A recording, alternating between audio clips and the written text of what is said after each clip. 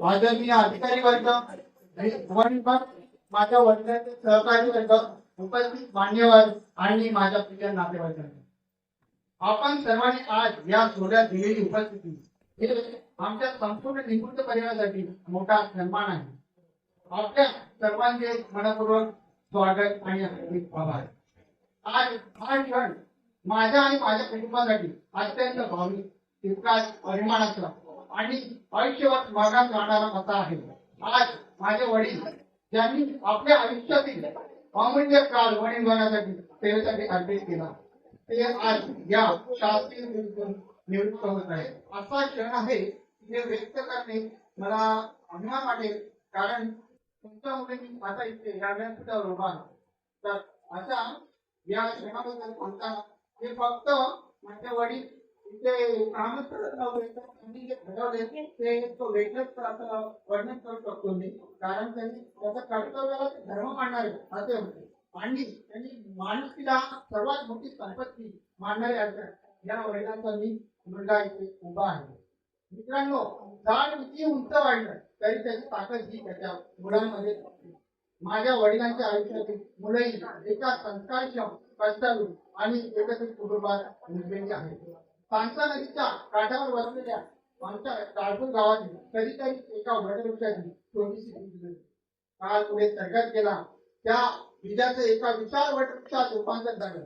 आज शतकाहून अधिक वर्ष परंपरा लाभलेल्या त्या वटवृक्षाला अनेक शाखा पारंब्या फुटून तब्बल 9 पिढ्यांची वर्षावर मध्ये 300-350च्या आसपास व्यक्तींची नावे जोडलेली इतक्या स्वरूपाची वंशावर मी तयार केलेली आहे. आणि आज मी माझ्या या संपूर्ण कुटुंबाला या वडिलांच्या सेवानिवृत्तीच्या स्मरणार्थ ऑनलाईन डिजिटल स्वरूपाची ही वंशावळ मी देणार आहे. सर्वात मोठा वारसा लावलेले या निकुटच्या कुटुंबात संस्कारांच्या सावलीत माझ्या वडिलांचा जन्म झाला. माझ्या वडिलांचं बालपण हे शहरात नव्हे तर निसर्गाच्या सानिध्यात गेलं. त्यांच्या दिवसाची सुरुवात गाईच्या ताज्या दुधाने व्हायची. आमच्या वडिलांचे 100 पेक्षा अधिक गाई पुढे होते. त्यांना चारायला नेणं, दूध काढणं, त्यांची देखभाल करणं ही त्यांची त्या पूर्वीच्या काळची जबाबदारी होती. आणि मित्रांसोबत तांसा नदीमध्ये पोहणं, तांसा आवडण्यात भटकंती करणं आणि पावसाळ्यात हातात नांगर घेऊन आपल्या भावंडांसोबत शेतामध्ये नांगरणं, हे असं त्यांच्या वातावरणामध्ये त्यांनी केलेले काम होते. अशा वातावरणात त्यांचं हे बालपण घडलं. कष्ट, शिस्त, निसर्गावर प्रेम आणि माणसांचा जिव्हाळ्याने वागण्याची वृत्ती या मातीने त्यांना शिकवलं. कदाचित या शिकवणीने पुढे त्यांना वन विभागातील एक कर्तव्यनिष्ठ, भारती आणि प्रामाणिक कर्मचारी बनवलं. पण हा प्रवास इथपर्यंत सहज पोहोचला नव्हता. त्या संघटनेची सुरुवात झाली सन 1980-85 मध्ये. तो काळ जेव्हा स्कोप छोटी होती पण परिस्थिती साधी होती. कुटुंब मोठं होतं, जबाबदाऱ्या अनेक होत्या. त्या काळात माझे वडील त्यांच्या काकांच्या सिद्धांत निधीवर काम करत होते आणि त्याच्या मेहनतीचा मोबदला होता फक्त 8 रुपये. कदाचित पिढीला या 8 रुपयाची किंमत समजणार नाही, पण त्या 8 रुपयात घामाचा सुगंध होता, कष्टाचा सन्मान होता आणि स्वाभिमानाने जगण्याचा बळ होते. वडिलांनी कधी काम लहान मोठं मानलं नाही. त्यांनी एकच गोष्ट मानली, काम कोणतेही असो कसेही असो ते मनापासून आणि प्रामाणिकपणे करायचे. याच विचारांनी त्यांचं व्यक्तिमत्व घडत गेलं. असं म्हणतात, खरा मित्र जो असा असतो की आपल्या यशामध्ये दुसऱ्या सहभागी करून घेतो. अशी एक मैत्री लाभली. त्यांचे जीवन मित्र अशोक शेडवले काका. दोघांची मैत्री इतकी जिव्हाळ्याची होती की अनेक लोक माझ्या वडिलांना अशोक काकाचे भाऊ समजले. काल पुढे सरकत गेला. अशोक काका वन विभागात नर्सरीमध्ये दिसू लागले, पण ते आपल्या मित्राला कधी विसरले नाही. माझ्या मित्रालाही माझ्यासोबत सेवेमध्ये युगावं म्हणून त्यांनी आपल्या वरिष्ठांची चर्चा केली आणि माझ्या वडिलांनी नर्सरीमध्ये काम देण्याची संधी दिली. आज या व्यासपीठावरून अशोक शेडवले काका आपणाचे पण मी हे मनपूर्वक आभार मानत आहे. त्या मित्रांनी फक्त नोकरी मिळून नाही दिली, तर एका कुटुंबाचं भविष्य उज्ज्वल केलं. सन 1994 माझ्या वडिलांच्या आयुष्यातील एक सुवर्ण दिवस. त्यांनी वन विभागात आपल्या सेवेला सुरुवात केली.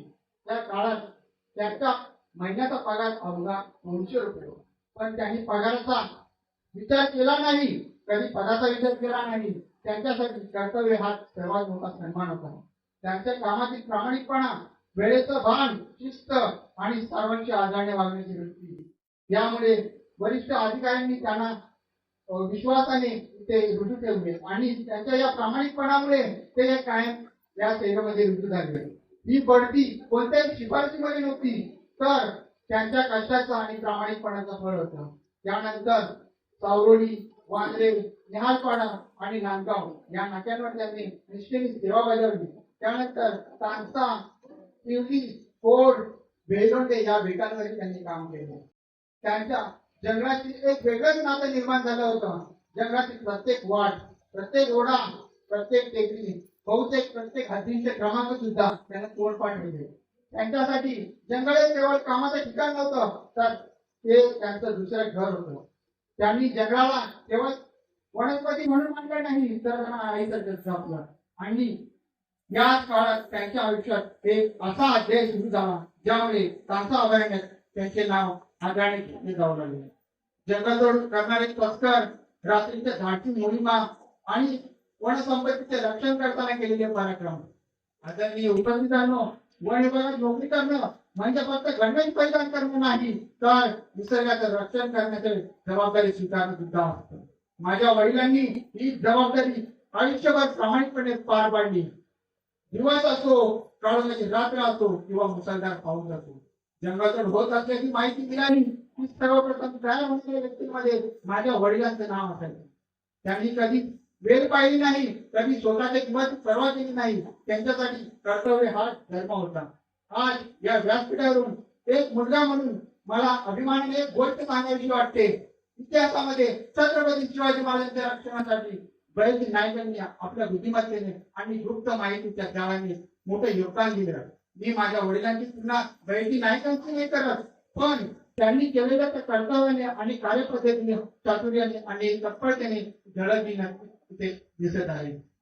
माहुली किल्ल्याच्या पायथ्याशी वसलेल्या या तानसा अभयारण्यातील कानेकोपरे, जंगलातील चोरवाट्या, डोंगरदऱ्या आणि तस्कर वापरत असलेले मार्ग, त्यांची माहिती त्यांना विलक्षण होती. अनेक वेळा तस्कर कोणत्या मार्गाने जंगलात शिरले आणि कोणत्या मार्गाने बाहेर पडण्याचा प्रयत्न करतील याचा अचूक अंदाज त्यांना अगोदर द्यायचा. त्यामुळे अनेक कारवाई यशस्वी झाल्या. त्यांनी आपल्या प्रामाणिकपणामुळे आणि त्या स्वभावामुळे अनेक गावांमध्ये म्हणजे परिसरामध्ये गावांमध्ये विश्वास निर्माण केला. त्यामुळे जंगलातील संशयास्पद हालचालींची माहिती अनेकदा प्रथम त्यांच्यापर्यंत पोहोचायची. एखादी जंगलतोड करणारी गाडी जंगलामध्ये शिरल्याची खबर मिळाली की ते तात्काळ नियोजन करायचे. गरज पडली तर तानसा पथकाबरोबर शहापूर, हळदी किंवा ठाणे पथकाशी संपर्क साधून तस्करांना पकडण्यासाठी समावेश करायचे. आवश्यक वाटलं तर गावातील विश्वासू नागरिक सतर्क करायचे. या सर्व प्रयत्नांमुळे अनेक तस्कर पकडले गेले. अनेक अवैध लाकडाचे साठे, गाड्या जप्त झाल्या आणि वनस्पतींचं मोठं नुकसान झालं. पण या क्रमांकाचे त्यांनी कधी स्वतःकडे घेतलं नाही. त्यांनी प्रसिद्धी नको होती, त्यांना पाठीवर सन्मानाची थाप हवी होती. कदाचित बळीराजा नायकांप्रमाणे त्यांनी अनेक पराक्रमांनी कुठे उल्लेख झालेला नसेल, पण त्यांचा मुलगा म्हणून त्या अनेक घटना मी ऐकत मोठा झालो आहे. आणि वडिलांच्या या गुप्त पराक्रमामुळे त्यांची ओळख आरेको, एसडीएफ, डीएफओ यांच्या सोबत झाली. आज वडिलांच्या सेवानिवृत्तीचे या व्यासपीठावर प्रमुख पाहुणे म्हणून उपस्थिती लाभली आहे. त्यामुळे वडिलांचा या कार्यक्रमाचा उल्लेख करताना मला मनापासून अभिमान वाटतो. वडिलांनी आपल्या प्रामाणिकपणामुळे फक्त जंगल कुठलं नाही, तर माणसांची मनही जिंकली. आजही त्यांचे अनेक वरिष्ठ अधिकारी आणि सहकारी त्यांचे प्रेमाने आठवण काढतात. या व्यासपीठावरून मी आदरपूर्वक उल्लेख करू इच्छितो उदय मोरे मामा, वाघ मामा, राजे मामा, तांडा मामा, ठाकरे मामा, मोकाजी साहेब आणि वन विभागातील सर्व अधिकारी, वनपाल, वनरक्षक, शिपाई, वनमजूर आणि कर्मचारी, तुम्ही सर्वांनी माझ्या वडिलांवर दाखवलेला विश्वास आणि दिलेलं प्रेम हे आमच्या कुटुंबासाठी मोठा सन्मान आहे. आज मला माझ्या बालपणातील एक प्रसंग आवर्जून सांगावासा वाटतो. मी 8वी मध्ये शिकत होतो. त्या काळात उदय मोरे मामा आणि शापूरचे आई भाऊ साणप मामा कधी कधी आमच्या घरी नेमकं मला यायचे. एक दिवस ती संध्याकाळी केली होती. मी अभ्यास करत बसलो होतो तेव्हा सानिप मामांनी स्वतः माझ्या गणिताचा अभ्यास घेतला होता आणि उदय मोरे मामांनी माझ्या पाठीवर हात ठेवून सांगितलं, संदीप चांगले गुण दिलं, मी तुला बक्षीस देईन. आणि दिलेल्या शब्दाप्रमाणे त्यांनी मला बक्षीसही दिले. तसेच वाघ मामा यांनी गणित आवाजामध्ये वापरण्यात येणारे कोकणीचा आवाज हा सुद्धा मला उत्तम प्रकारे शिकवलेला आहे. आज कदाचित हा प्रसंग त्यांना आठवत नसेल, पण एका लहान मुलाच्या मनात शिक्षणाची गोडी व मनरक्षक सैनिक यांच्याबद्दल अभिमान निर्माण करणारा तो क्षण होता. मी आजही विसरलो नाही. या व्यासपीठावरून मी त्या ठिकाणी मनपूर्वक प्रणाम करतो, कारण तुम्ही माझ्या वडिलांना फक्त सहकारी म्हणून मानलं नाही, तर माझ्या संपूर्ण कुटुंबालाही आपुलकी दिली. परंतु कर्तव्याच्या या प्रवासामध्ये नशिबाने त्यांच्या आयुष्यात एक कठीण वळण आणलं. त्या संकटाला हसत सामोरे जाऊन जिद्दीने पुन्हा उभं राहण्याचा इतिहास घडवणार तो प्रसंग. आयुष्यभराच्या इतरांच्या सुरक्षेसाठी झटणाऱ्या माणसांचाही एक दिवस स्वतःची परीक्षा असते. माझ्या वडिलांच्या आयुष्यात असाच एक कठीण प्रसंग आला. त्यांचा विभागामध्ये कर्तव्य बजावत असताना लाकडाचे जडवंते भरताना त्यांच्या कमरेच्या नसांवर गंभीर परिणाम झाला. मोठी शस्त्रक्रिया करावी लागली. पाठीच्या कण्यात खूप असावं लागले. डॉक्टरांनी विश्रांतीचा सल्ला सांगितला होता. अनेकांना वाटलं आता कदाचित ते पूर्वीसारखे काम करू शकणार नाही, पण माझ्या वडिलांनी परिस्थितीपुढे हार मानली नाही. स्वतःच्या जिद्दीवर आणि देवावर विश्वासावर ते पुन्हा उभे राहिले. अवघ्या काही महिन्यातच ते पुन्हा वनसेवेत रुजू झाले आणि आजही दररोज सकाळी 30 ते 3.5 किलोमीटर ते मॉर्निंग वॉक साठी जातात. हे पाहिलं की एक गोष्ट मनापासून वाटते, शरीर फक्त पण जिद्द कधीच शकत नाही. पण या संपूर्ण प्रवासात एक व्यक्ती कायम त्यांच्या सोबत सावलीसारखी उभी होती, ती म्हणजे माझी मम्मी. प्रचंड वेदना होत्या, पण देवाच्या कृपेने माझ्या मम्मीच्याही आयुष्यामध्ये अशी एक घटना घडून गेली की ती आजारी पडली. कारण मी त्या टाइमी 10वी-11वीला होतो. खाण्यापिण्याचे वांदे झाले होते. मी सकाळी पहाटे 4च्या सुमारामध्ये उठून येते. आता मम्मी जे काम करतात तसे पाणी तापवणे ते सुद्धा मी करायला लागलो आणि 4 वाजता मी ते केल्यानंतर पहाटे 5च्या सुमारास मी तारपूर गावापासून त्या आग्र्यापर्यंत पायी चालत झालो. माझ्यासोबत फक्त एकच मित्र असायचा आणि मी त्याच्या सोबत कंटिन्यू तो प्रवास करत होतो. रात्री या पावसाच्या वेळेस 6 असेल रस्त्यावर चालत होते, म्हणजे सरपडत होते, पण त्या वेळेस ते बघून पण आम्ही घाबरलो नाही, कारण या वडिलांची शिकवण होती कधीही घाबरायचं नाही, कुठलीही परिस्थिती असो घाबरायची नाही. आणि त्यावेळेस मम्मी आजारी पडली होती. तिच्याही मणक्यामध्ये गॅप पडले होते, ते पण 6 गॅप होते, पण प्रचंड वेदना होत्या. पण देवाच्या कृपेने आणि आयुर्वेदिक उपचाराच्या सहाय्याने ती हळूहळू पूर्णपणे बरी झाली. तिच्या आयुष्यातील तो कठीण काळ संपतो तोच वडिलांवर एक मोठी शस्त्रक्रिया करावी लागली. तो वेळी अशा वेळी स्वतःच्या वेदना बसून मम्मीने वडिलांची सेवा केली, त्यांना धीर दिला आणि पुन्हा उभं राहण्याची ताकद दिली. आज या व्यासपीठावरून मम्मी तुलाही मनापूर्वक प्रणाम करतो, कारण वडिलांनी जंगलाचं रक्षण केलं आणि तू आपल्या कुटुंबाचं रक्षण केलं. वडील आज तुमच्यासोबत बोलताना एक मुलगा म्हणून मनात फक्त एकच भावना येते की तो म्हणजे अभिमान. तुमच्या या व्यासपीठावर उभा राहून मला एक सांगू इच्छितो की तुमच्या पाठीच्या कण्यामध्ये इतके स्क्रू बसवले होते, तरी तुम्ही आमच्या या पाठीशी तुम्ही खंबीरपणे उभे होते. तुम्ही अजूनही एका वटवृक्षाप्रमाणे खंबीरपणे उभे आहे. लोक म्हणतात मुलाच्या आयुष्यात वडिलांची सावली असणं खूप गरजेचं आणि ते भाग्य हे मला लाभले आणि मी मनापासून सांगू इच्छितो ते भाग्य मला लाभले.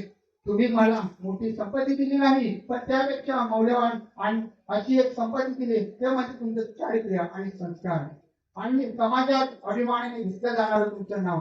आज मी कुठेही गेलो तरी लोक मला प्रकाश त्रिपुटे यांचा मुलगा म्हणून ओळखतात. यापेक्षा मोठा सन्मान माझ्यासाठी दुसरा असू शकत नाही. शेवटी या गौरव सोहळ्यामध्ये आयोजन करणाऱ्या वन विभागातील वरिष्ठ अधिकारी, सर्व कर्मचारी वर्ग आणि माझ्या वडिलांचे सहकारी, मित्र परिवार आणि इथे उपस्थित राहिलेल्या मान्यवरांचे मी निपुणच्या परिवाराच्या वतीने मनपूर्वक आभार व्यक्त करतो. धन्यवाद. जय हिंद, जय महाराष्ट्र.